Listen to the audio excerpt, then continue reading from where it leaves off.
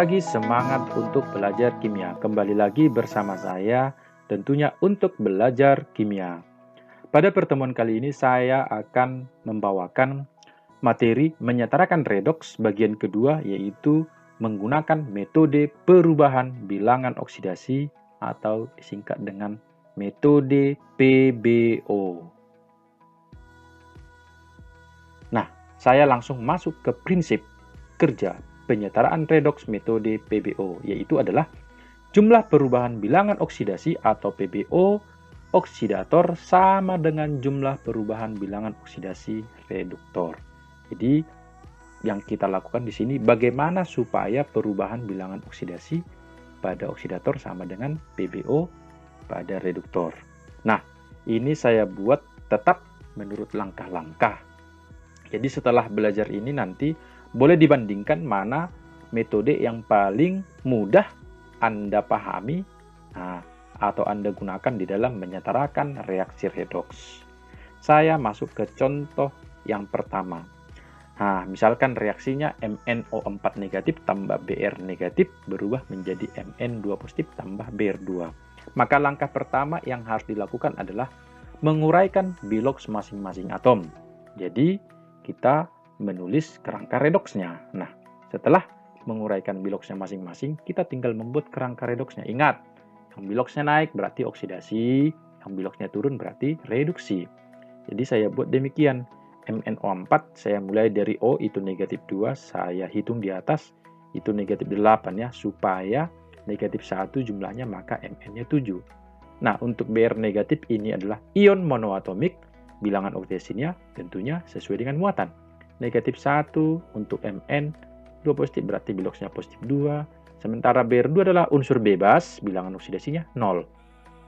Kalau kita buat atau kita cek, biloks yang berubah berarti si Mn dari 7 menjadi 2 itu turun berarti reduksi. Sementara Br dari negatif 1 menjadi 0 itu oksidasi. Langkah pertama selesai.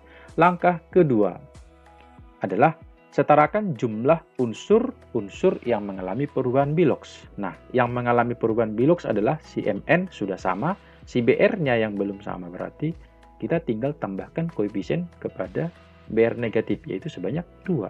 Saya buat tambah 2. Demikian ya untuk langkah kedua. Untuk langkah ketiga adalah kita menentukan PBO atau selisih biloks kali jumlah atom, lalu kita samakan. Nah, kita nanti akan mencari KPK dari kedua PBO atau perubahan bilangan oksidasi, atau biasanya langsung kali silang aja. Jadi saya buat demikian, Mn-nya tadi ini 7, ini 2, berarti perubahannya berapa? Itulah yang disebut dengan perubahan bilangan oksidasi. Berarti PBO-nya saya tulis 5. Sementara Br negatif menjadi Br2, jadi kita totalkan ya. Nah, berapa bilangan oksidasi total di sini adalah negatif 2. Nah, bilangan oksidasi total di sini adalah 0. Berarti perubahan bilangan oksidasinya adalah 2. Nah, ini kan PBO-nya untuk reaksi oksidasinya 2, untuk reaksi reduksinya 5. Inilah yang akan kita samakan. Sesuai dengan prinsip tadi, PBO-nya harus sama. Maka caranya tinggal kita kali silang. Atau boleh cari KPK 5 dengan 2 itu 10. Berarti supaya 10, yang 5 kita kali 2, yang 2 kita kali 5. Maka sudah sama ya. Jadi faktor pengalinya inilah yang kita gunakan sebagai koefisien zat pada kerangka. Berarti 2-nya ke sini, 2-nya ke sini, 5-nya ke sini berarti kali 2 ya. Sini. Paham ya? Berarti saya tulis demikian. Jadi 2 MnO4 negatif tambah 10 Br negatif berubah menjadi 2 Mn2 positif tambah 5 Br2. Dengan salah ya untuk menentukan faktor pengalinya ini supaya PBO-nya sama. Langkah berikutnya adalah samakan muatan dengan menambahkan H positif untuk suasana asam dan OH negatif untuk suasana basa. Nah, kita cek ini reaksinya. Muatan di kirinya ini 2 negatif tambah 10 negatif berarti 12 negatif. Untuk ini Mn2 positif, ini 5Br2 berarti total muatannya sama dengan 4 positif ya. Berarti 12 negatif dengan 4 positif. Nah, kita misalkan ini suasana asam. Berarti kalau ini 12 dengan 4, berarti yang ini kita tambahkan H positif ya, ke suasana asam kita jumlahkan sebanyak 16. Nah, ketika sudah sama muatan, kita tinggal menyamakan atom H-nya. Nah, sekaligus nanti atom O-nya gitu ya. Lalu samakan atom H dengan menambahkan H2O, dilanjutkan dengan menyamakan atom lain selain H dan O bila ada. Jadi setelah menyamakan muatan, kita lanjut dengan menyamakan atom H. Jadi H di kiri ini kan 16. Ini ya. Berarti kita cukup menambah H2O sebanyak berapa supaya sama dengan 16? Berarti kita tambah 8H2O. Nah, biasanya atom O-nya langsung cocok.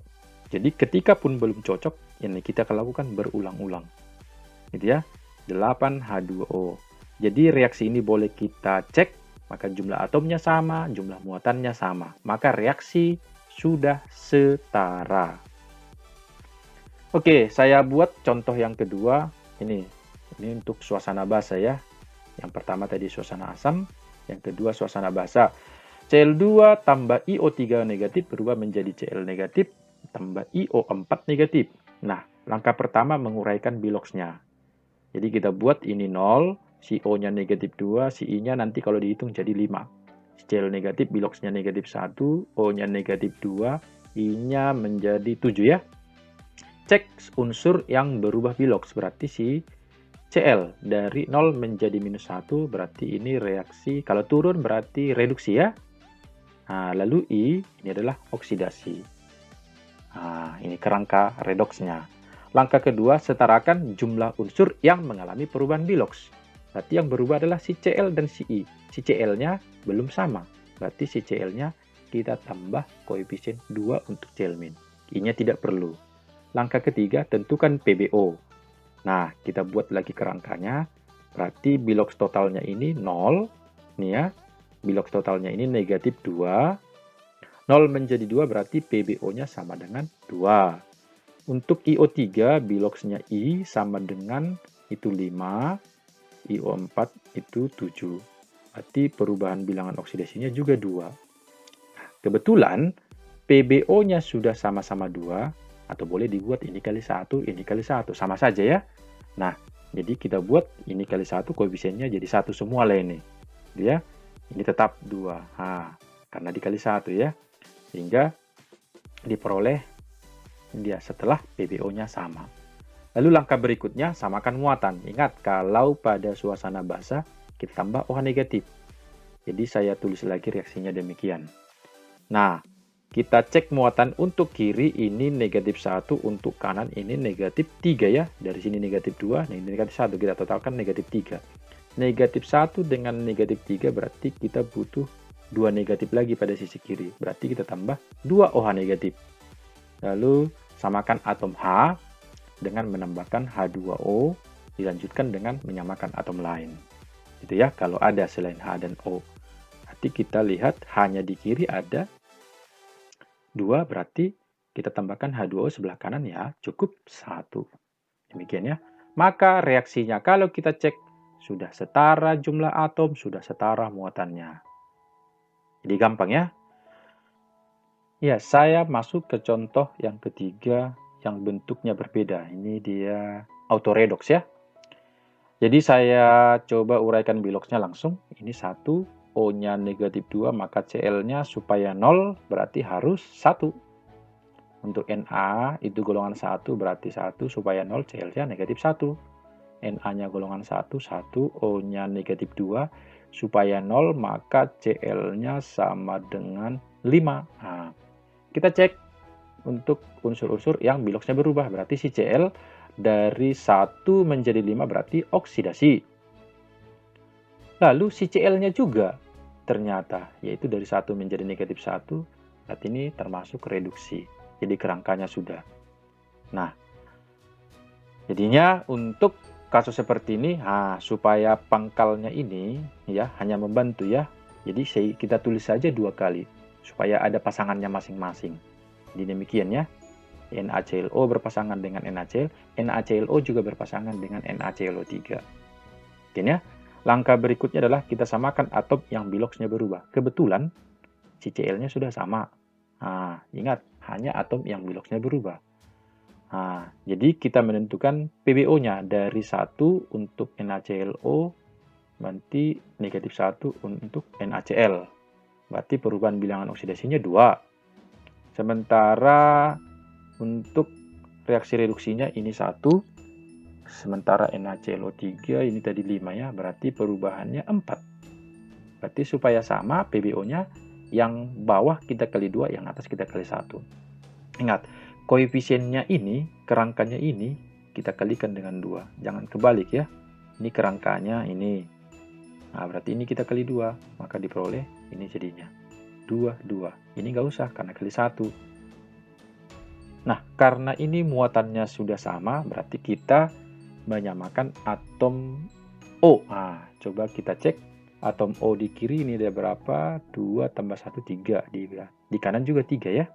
Jadi atom O-nya udah otomatis sama. Atom H-nya tidak perlu karena sama-sama tidak ada ya. Berarti reaksi yang kita peroleh ini rupanya langsung setara. Jadi kita tinggal membuat hasil akhirnya. Ini boleh kita gabung ya. Jadi diperoleh nantinya 3 NaClO berubah menjadi 2 NaCl tambah NaClO3. Demikian, lebih mudah ya. Nah, saya coba buat contoh berikutnya, yaitu yang keempat. Nah, ini reaksinya panjang. Jadi kalau metode perubahan bilangan oksidasi tidak masalah mau sepanjang apa. Toh kita butuh hanya yang biloxnya berubah. Jadi kalau ini saya uraikan biloxnya, si K-nya 1, O-nya negatif 2, maka supaya 0, jumlahnya nanti Cr dibagi 2 menjadi 6. Nah ini untuk si Cl negatif 1 tanpa O, berarti Sn-nya 2. Nah dari mana ini negatif 1? Dari ionisasi pun boleh ya. Nah si H-nya 1, berarti si Cl-nya negatif 1. Nah, si Cl juga negatif 1, maka Cr-nya 3, si Cl-nya negatif 1, Sn-nya otomatis 4. K-nya 1, otomatis ya, H-nya 1, O-nya negatif 2. Kita periksa atom yang biloxnya berubah, yaitu si Cr, dari 6 menjadi 3, berarti turun. Berarti ini termasuk reaksi reduksi. Lalu unsur mana lagi? Yaitu unsur si Sn. Nah, dari 2 menjadi 4, berarti naik, berarti oksidasi. Ini ya. Jadi langkah berikutnya adalah kita samakan atom yang biloxnya berubah. Berarti yang biloxnya berubah si Cr dan si Sn. Kebetulan si Sn-nya sudah sama, berarti tinggal si Cr. Nah, berarti si Cr-nya kita kali 2. Lalu kita menentukan perubahan bilangan oksidasinya. Nah, saya buat di bawah kembali ya. Si Cr, bilangan oksidasi totalnya, saya buat di sini 12. Kenapa 12? Karena atom Cr-nya ada 2, kalikan ya. 12, berarti di sini 2 kali 3, berarti biloxnya 6. Bilox total maksudnya, sehingga perubahannya sama dengan 6. Sementara Sn, biloxnya 2 menjadi 4, berarti perubahannya sama dengan 2.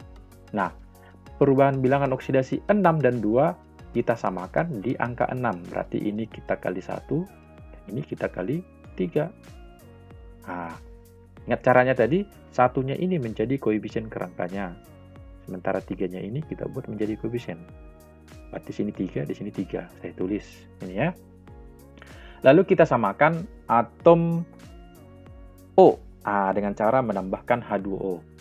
Nah, jadi kita lihat sisi kirinya ini yang memiliki O paling banyak ya. Ini 7. Nah, sementara di kanan baru 1, berarti supaya sama O-nya, berarti ini tinggal kita kali 7 ya. Tambahkan koefisien 7. Lalu H-nya. Nah, H di kanan ini kan kalau kita totalkan jadi 14. Jadi mau tidak mau pun H di kiri harus 14. Jadi ini kita tambah H-nya koefisien sebanyak 14. Jadi lebih mudah dia kan. Jadi reaksinya panjang. Nah, kita samakan atom lain. Nah, jadi kita cek K-nya belum sama ya. K-nya di sini ada 2, sementara di sini baru 1. Berarti otomatis ini kita kali 2. Kita cek atom yang lain. Si Cl-nya udah samakah? Kita perhatikan. Si Cl-nya di sini ada 6, si Cl-nya di sini ada 14. Berarti kita totalkan jadi 20. Kalau di kanan 2 kali 3 6, di sini 3 kali 4 12 ya. 12 tambah 6 18. Pas ya? Tambah 2 20. Maka reaksinya sudah setara. Nah, sekarang boleh dibandingkan kan? Kira-kira metode mana yang paling mudah? Nah, di dalam penyetaraan redoks. Nah, dengan menggunakan biloks kah atau dengan menggunakan setengah reaksi.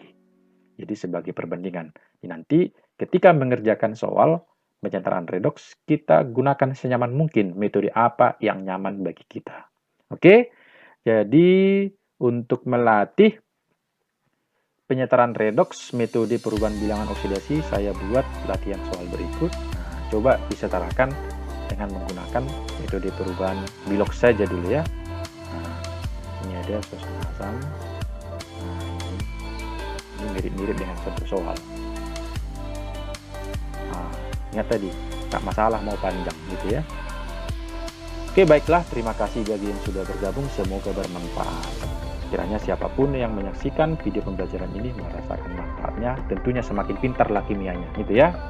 Oke, semoga semuanya berada dalam keadaan sehat, kuat, bersemangat, dan bersukacita. Semangat pagi, semangat untuk belajar kimia.